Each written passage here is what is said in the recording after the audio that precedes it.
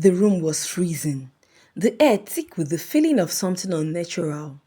The children stood frozen in the doorway, unable to move. What is happening?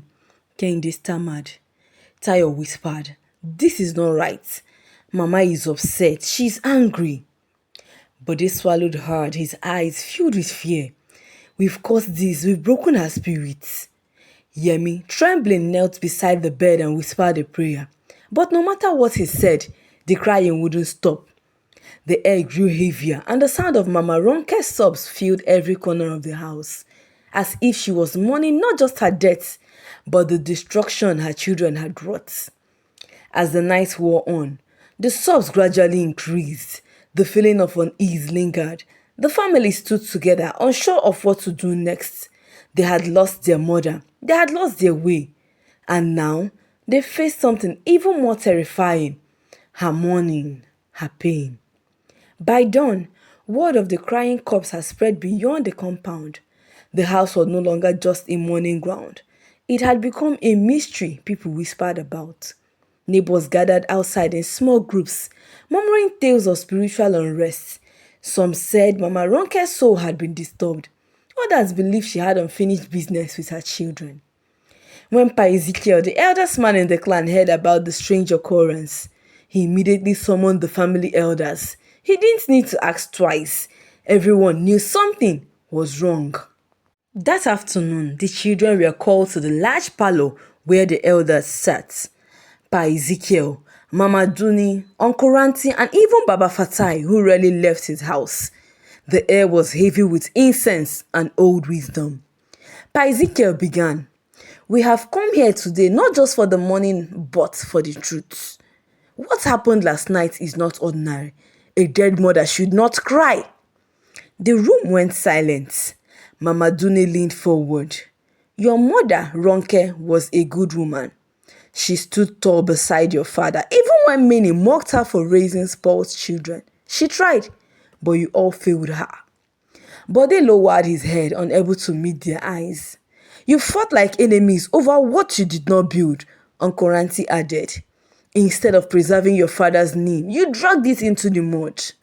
Shade tried to speak, but Pa Ezekiel raised his hand. "No excuses. Last night was a warning. If you think this is over, you are wrong. Spirits cry only when their hearts break, even in death." The words struck them deeply. "Until you people resolve your issues," Baba Fatai said with finality, "don't bury that woman. Don't even try. Her soul will not rest." Gasps filled the room. "But she's already been dressed for burial," Kehinde said in disbelief. "Dress her 10 times. Mama Duni responded, "Her tears will not stop until her children stop disgracing her." The children exchanged nervous glances. This wasn't just grief anymore. It was something deeper, something spiritual. And now they had no choice but to face it. Later that evening, the elders insisted the children gather for a cleansing discussion, a round table of confession, as Mama Duni called it. No raised voices, no pointing fingers, just truths. The family sat under the large mango tree in the compound, a place where their father once read newspapers every Sunday. In front of each sibling sat a calabash of water and a white cloth, symbolic items brought by the elders to represent cleansing and renewal. "You will speak one by one," Pa Ezekiel instructed, "and you will speak from the heart." Yemi argued, "I'm sorry, but this is fetish. I can't do this. Have you forgotten I'm a pastor?" "It's only your wardrobe of suits you can deceive, not us," Lola sharply replied Yemi. Turning to Pa Ezekiel, "Let's carry on without him, sir. It seems you children do not understand the weight of your mother's hurts. Yemi, even the Bible you preach says the wages of sin is death," Pa Ezekiel said sadly. "Uncle Ranti is a man of wisdom and known to understand deep traditions. He was called a wise man for a reason." Uncle Ranti cleared his throat. "The children of our late brother Deyemi, listen." They all focused their gaze and attention on him. "You all have to be in agreement before this can be done. Without unity in this hall, Your mother will never rest. What you have succeeded in doing to that woman is called wandering spirits. Agree and get back to us." With this, the elders left their Yemi's compound. After the elders left that night, everyone turned on Yemi. Pastor with heavenly jabs, "Better change your mind, let's do this thing, no. Let's do this thing so Mama spirits can rest," Tayo said angrily. "Oh, you know Bible now. But when you were busy dragging properties and broke Mama's heart, you didn't know," Lola growled at Yemi. But they stared at him for a while and said, "Even Pontius Pilate washed his hand off Jesus' matter. Better switch party, let's wash our hands off the troubles we've caused Mama." Yemi couldn't sleep that night. He kept tossing on his bed. That night, he couldn't shake off the words of Uncle Runty. What you have succeeded in doing to your mother is called wandering spirits. Memories of how Mama had helped him countless times flooded his mind. Mama bought all the chairs in his church's auditorium. She paid for the hall he used for his first crusade. Tears rolled down his cheeks. It would be gross wickedness not to do the needful and give Mama peace even in death, he said to himself. By morning, he called his siblings together. "Good morning all," he started. "For the first time in a while, we agreed together on something as a family. And it seems I'm the one holding us back. All I'm trying to say is, I have agreed to give Mama the rest that she deserves. I'm sorry for being the black sheep at such a crucial time." No one said a word. Lola opened her mouth to speak and closed it. Everyone expected her to speak, but she surprised them. "It's fine, Yemi. I'll send word to the elders that we are ready," Kehinde finally spoke after a long silence. Baba Idris the gateman was sent to tell the elders that their Deyemi children were ready for the cleansing ritual. By the next day's evening, the elders were seated again in their Deyemi's house. In front of each sibling sat a calabash of water and a white cloth. Yemi went first. "I was supposed to be the example," he said, eyes watery. "I spent so much time trying to look righteous that I forgot to act right. I judged my siblings, but I never really helped any of them." Shade was next. "I have always blamed Daddy for how we turned out, but I never really tried to grow beyond that. I thought I was doing enough just managing one boutique and hiding my debts." Fola rolled her eyes but said nothing. "Fola," Mama Duni called softly. "Speak." Fola hissed under her breath but sat up. "Fine, I'm angry. Always have been. I felt like nobody respected me because I didn't make it like others. So I held on to I held on to my pride. That's why I cursed Nola. But I see now, it wasn't helping anyone, not even me." Lola tearfully admitted, "I envied Fola and Shadi. I thought if I married into wealth, I would be the one they would finally respect. But now I'm divorced and ashamed. I didn't even visit Mama for months." But they spoke immediately. "I was greedy. I wanted the house, the land, the shops. I thought if I could own it all, I'll finally prove something. But all I've proved is that I'm empty." Kehinde simply said, "I stopped caring when our father died. I disconnected. I thought it was safer to stay silent, but my silence helped no one."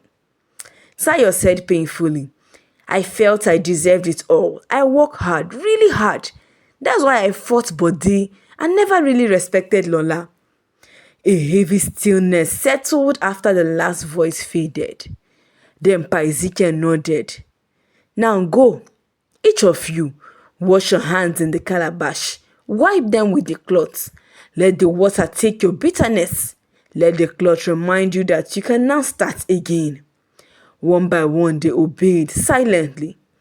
And as the last cloth fell, a gentle wind blew through the compound. The air felt lighter, like a heavy cloud had lifted. But would that be enough to stop the crying? They only hoped.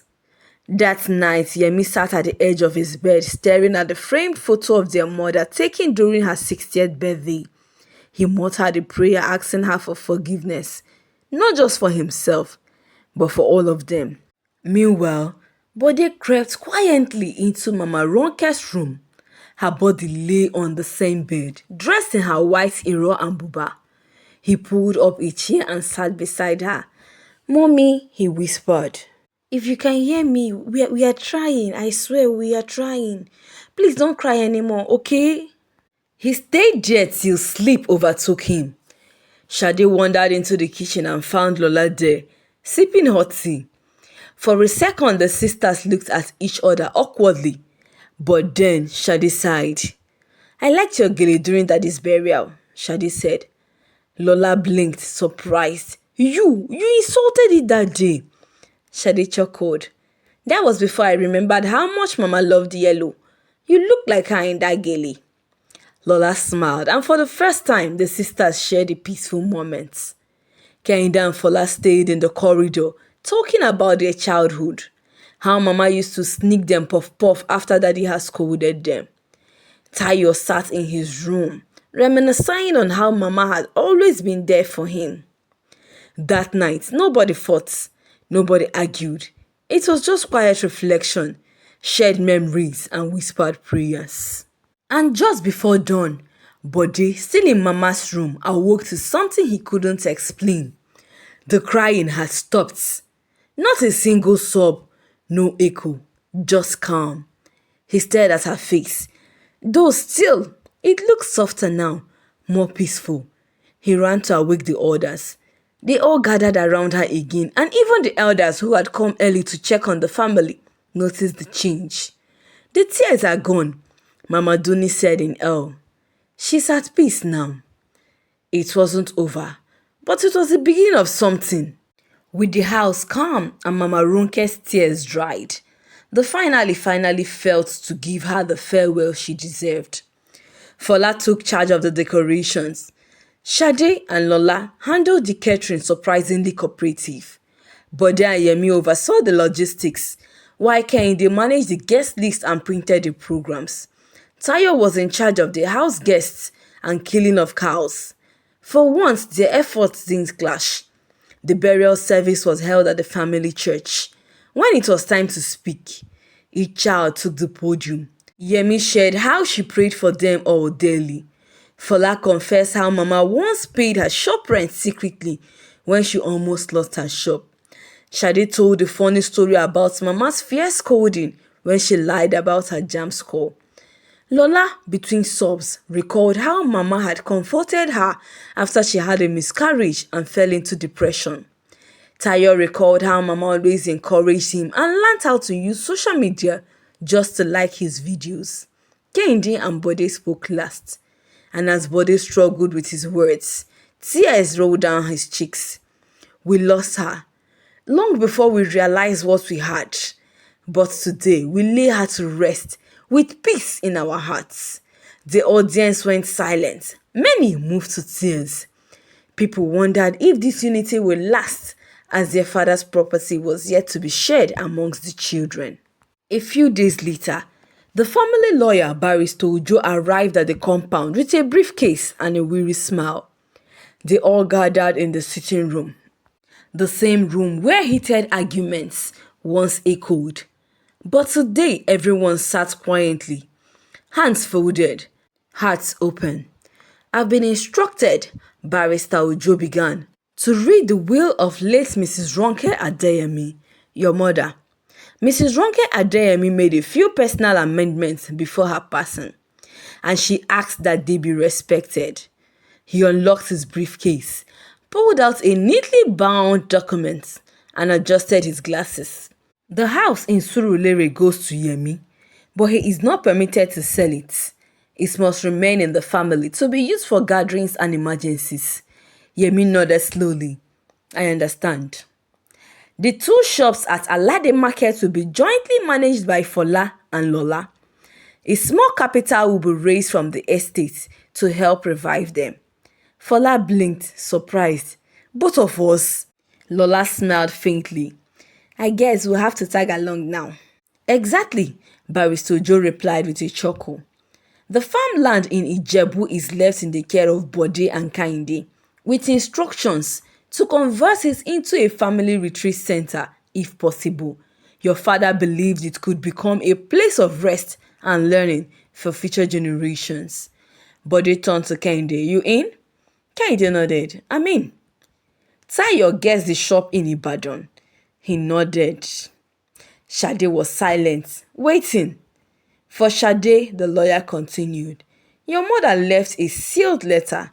She asked that you read it alone. Everyone turned to her, but she looked down, suddenly emotional. Barrister Ojo placed the envelope in her hand gently. It's from her heart to your heart. Shade excused herself and walked into the backyard. With trembling fingers, she opened the letter. My Shade, you have always been the fire in the family. Strong, loud, full of life. But even fire needs direction or it burns everything around it. I know you struggled. I saw your pain, but I never stopped loving you. I leave you with nothing material because what I give you is bigger. I leave you with the truth. You are enough. You are capable. You are needed. Lead with love and not anger. You will go far.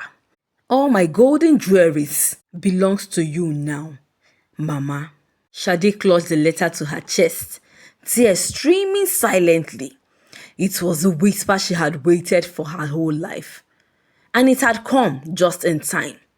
There was still healing to be done, still cracks beneath the surface. But for the first time in a long time, the Adeyemi family was building something together. And Mama Ronke's legacy was no longer just tears. It was hope. Unity stands the taste of time. United we stand, divided we fall. We can't pour into others what we do not have. Let's be open to healing. Appreciate your loved ones, even when we feel they are not deserving of it. Share with me your thoughts and lessons in the comment section. Subscribe, like, and share. Till I bring another lesson-filled African story your way, God bless you.